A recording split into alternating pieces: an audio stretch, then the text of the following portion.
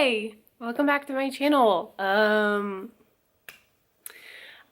been really sick.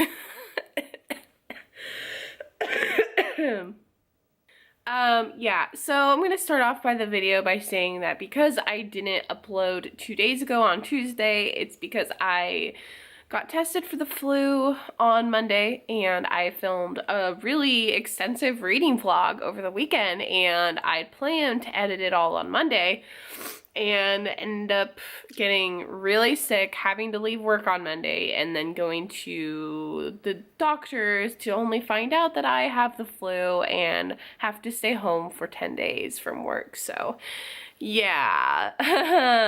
So basically I deleted all those clips because there's no way that I'm going to edit all of that the way that I'm feeling. So I basically decided I would just film a video and upload it, be it a little late. So basically today I'm going to talk to you guys about my favorite books that I read in 2017.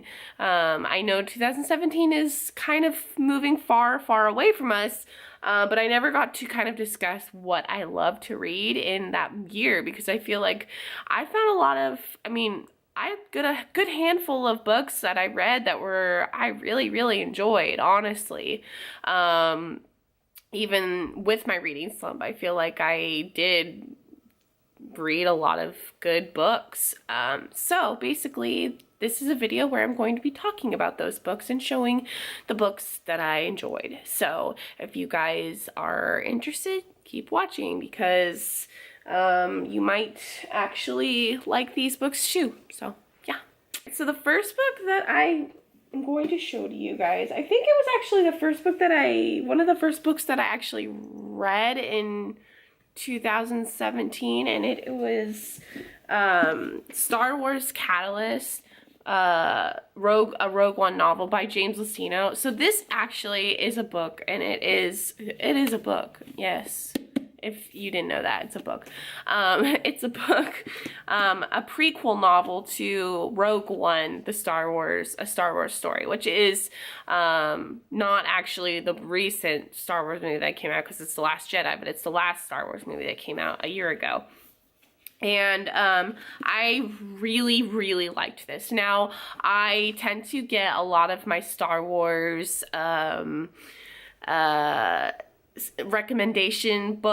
Star Wars books recommendations from this podcast type thing that Collider puts on called the Jedi Council. It's basically a Star Wars podcast where they talk about Star Wars news and books and movies and whatnot. And so they were like raving about this book, and I was like, I gotta read it. And I was really happy that I read it because it was really good. Now, I am not one of those people that I'm not one of those people that really loved Rogue One, even though I do like Rogue One as a movie. But even though I do like Rogue One as a movie, in the Star Wars realm, it was not my favorite movie, and I felt like there was things that they could have done better. Now, this book, I loved it because it really set the stage for the movie, and you could totally go into the movie without even reading this book, but I feel like reading this book actually kind of helped me understand the movie a lot better, if that makes sense. So there was a lot of more characterization into Galen Erso and his wife, which are Jin's parents. It basically just focuses around them. Jin is just a little girl in this book, and so it was really interesting because there's also kind of this opposing force from Orson Krennic. It's been a while since I read this book. Yeah, Orson Krennic. I was like, Orson? Does that sound right? Yeah. Orson Krennic, who is like a top researcher guy for the Empire. And they're basically, the whole point of this book is that they're basically trying to, create the Death Star, and they want Galen they're trying to recruit him to help with that. And Galen gets kind of taken in by false pretenses, and things go crazy, and it basically, like, the end of this book leaves off kind of right where Rogue One begins, or kind of sets up where Rogue One begins. So anyways, I loved this book. The writing was great. There was a lot of like scientific descriptions and whatnot, but I didn't find myself kind of like, I don't understand. So I recommend this book to anybody who loved Rogue One especially and kind of wants to dive deeper into that story. I would definitely suggest you read this. Yeah. The next book is also another Star Wars book. Now there's 2 Star Wars books that I read in 2017 that I absolutely loved, and this one is actually a it's not canon anymore, unfortunately. So I feel like I don't need to go into this, but for anybody who doesn't really understand, Star Wars, you know, has, you know, the prequel trilogy that came out in the early 2000s, and then it has the original trilogy that came out in the 70s and 80s, I believe. And so after, you know, after that kind of ended, the story was kind of continued through books and graphic novels. Basically, they call it the EU, or the expanded universe. And they kind of continued the story of Han, Leia, and Luke. And basically, Leia and Han had children. They had twins, Jaden and Jason. They also had Anakin, which is the youngest. But he passes away. I don't know. I don't remember why. I don't know. But basically Jason becomes a Sith Lord, and Jaina has to kill him. Anyways, it's a whole long thing. But basically when The Force Awakens was announced, they threw all of that out because that is retcon. It's not canon anymore, and they're going to create their own canon. So this came out, unfortunately. This is Star Wars Kenobi by John Jackson Miller. This unfortunately came out before they announced Force Awakens, so it is a part of Legends. And recently, they have announced that they're going to be making a Obi-Wan Kenobi movie, and I believe it's called Kenobi, like the title of this book. So everything in this book basically really doesn't happen. It's not true, but it's really cool because going into this book, I knew that this was like, okay, they threw this is not a part of the Star Wars canon anymore. But I felt like I could really enjoy this book even though. And basically it is about Obi-Wan Kenobi in between the times of Revenge of the Sith and A New Hope, and basically taking Luke to Tatooine and basically watching over him. Obi-Wan gets kind of caught up in this settler drama of, you know, settlers owing money or laundering money, and it's a whole big thing, and there's a family, and, you know, there's a slight love interest, and I felt like this book was written really well. I found myself really captivated by all the characters, and one of the big things that I had a problem with Ahsoka, which is, I forgot, I have it up there. Oh, E.K. Johnson.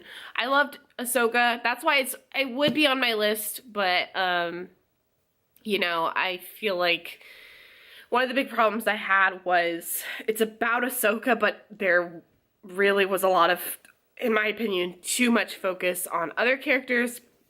Now, there was a lot of focus on other characters, but they were good, really fleshed out characters. Like I found myself laughing at dialogue, which I never really do, like laughing out loud. I barely have laughed out loud at dialogue, books that are funny, because I just don't find books funny. I have to visualize, like movies, games, you know, I don't know. So basically this book is really good, and I am glad that I actually read it before the movie came out, just because I feel like by reading this book I can kind of visualize what an Obi-Wan Kenobi movie would be like, and I'm really excited because Obi-Wan Kenobi is one of my favorite Star Wars characters. I grew up with Ewan McGregor's Obi-Wan Kenobi, so that's the Obi-Wan Kenobi that I really like. I know people will try to fight me on it, and they prefer Alec McGuinness's Obi-Wan Kenobi, but I'm really excited, and that's Ewan McGregor's face is on this, so, but yeah, this is a really good book. I really suggest anybody who likes Star Wars and kind of wants to learn more about Obi-Wan Kenobi, but doesn't care about the whole canon. I really suggest people read more of the non-canon books, because there's a lot of good ones out there, honestly, in my opinion. I really think, I feel like there's a lot more good ones out there than there is canon ones, so, yeah. Next book is a book that is very popular among BookTube, and I've only just started reading it this past year, and it is Maggie Stiefvater's The Raven Boys. Oh boy, this book was good. Like, I just really zoomed through this. And I was a little hesitant about where this book was going. I have this weird thing about, like, if I don't really know what kind of book it is, and if there's not, like, a set, like, established, okay, this book is about vampires. Okay, this book is about, you know, demons and demon hunters or whatever.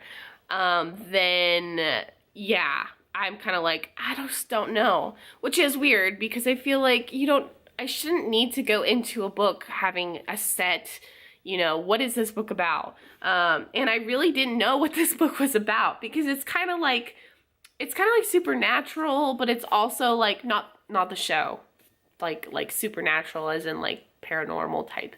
But, and also like I don't know, kind of reminds me a lot of like Indiana Jones, how they're like searching for this like lost king, which I don't know, but this book was really good, and I'm really excited. I got this for Christmas last year, and my mom got me the second one for Christmas this year, well, the end of 2017, so, I'm really excited to read this, or I'm excited to finish the series, most of all. This book was really good, and yeah, I'm sure everybody's and their mothers probably read this book, so. The next book is a book that I loved, and it's getting really dark, so I apologize for like the lighting. Basically, it's supposed to snow today, so that's kind of why, and the sun is slowly starting to get blocked out, so yeah. But basically this book, I loved it, and the first book I really didn't like that much, but it is Where She Went by Gail Forman. This is the sequel to If I Stay, and if you know, I'm probably sure you guys know If I Stay, but it's that book that's about that girl who gets in a car accident with her family. They all die pretty much, and she's kind of like in limbo, and she has a relationship with this guy who's in a band, and her dad was in a band, and you know, they live in Portland, they're very like hipster, blah blah blah, you know. I saw the movie before, actually no, I read the book. The book was mediocre, then I saw the movie, and the movie was really corny, and you know, it's not like a movie that's like amazing and like, oh, it's an Oscar winning award or something, but I liked the movie. It was a cute movie in my opinion, and I liked it a lot better than the book. But this book, oh wow, I really liked this. This was actually about, so it's actually about Adam, which is the boyfriend, and it's his perspective, and like him being a rock star basically, and in a kind of a chance situation, him and Mia get pulled back together, and it's kind of about their reconnection, because Mia obviously lives, spoiler alert, she lives, and they decide to break up, and so basically I really liked it, because I feel like maybe Adam was a more realistic character to me. I feel like he was more deep and more flawed, and there was just more to him, whereas Mia was just kind of like very blah, and that might have, I mean, I don't know, I feel like the movie was kind of the same. In my opinion, I don't really like that actress, Chloe Grace Moretz or whatever. She's not very good. The things that I've seen her. I just watched The Fifth Wave. This is totally off topic, but I just watched The Fifth Wave, the movie, and it was a really bad movie. Her acting was really bad, but I heard the book was like good, so I kind of want to read the book, but whatever. Anyways, so she played Mia in the movie. But anyways, so yeah, I really liked this book, honestly, and I would read it again easily. So yeah. So the last book that I read in 2017 that I really liked, and it is actually not a book, it is a graphic novel. And this is a graphic novel that I've been trying so hard to get my hands on. And I finally found it at a Books A Million in Joplin, which I was driving my friend to the airport in Joplin, and I just so happened to find that they had this available. They did not have it available at the Books A Million that's closer to me. It was the last copy too, so I was like, I gotta get it. And it is The True Lives of the Fabulous Killjoys. Now, I don't know, but if you're familiar with a band called My Chemical Romance, R.I.P. You were great. Yes, it is related to their album, the last album that they put out. So basically, this is a tie-in graphic novel that ties in with the album, you know, The True Lives of the Fabulous Killjoys. And it's basically a story that picks up after the album, in a sense. It really makes sense if you watch their music videos. There's kind of a story being told, and then after that, and it follows this girl who she basically is this, like, you know, savior, is believed to be the savior, and she's part of this gang, and it's very, like, dystopian, I guess, and you could simply just read it and not even, like, listen to the band or not even listen to the album, although it does help because there's a lot of references. And My Chemical Romance is probably one of my top favorite bands, I would say, for sure, because I grew up with them. So yeah, anyways, I loved this, and I'm really happy that I have it. And Gerard Way, who's the lead singer of My Chemical Romance, actually wrote the story. The artist is Becky Cloonan, but yeah, so I really liked it, and yeah.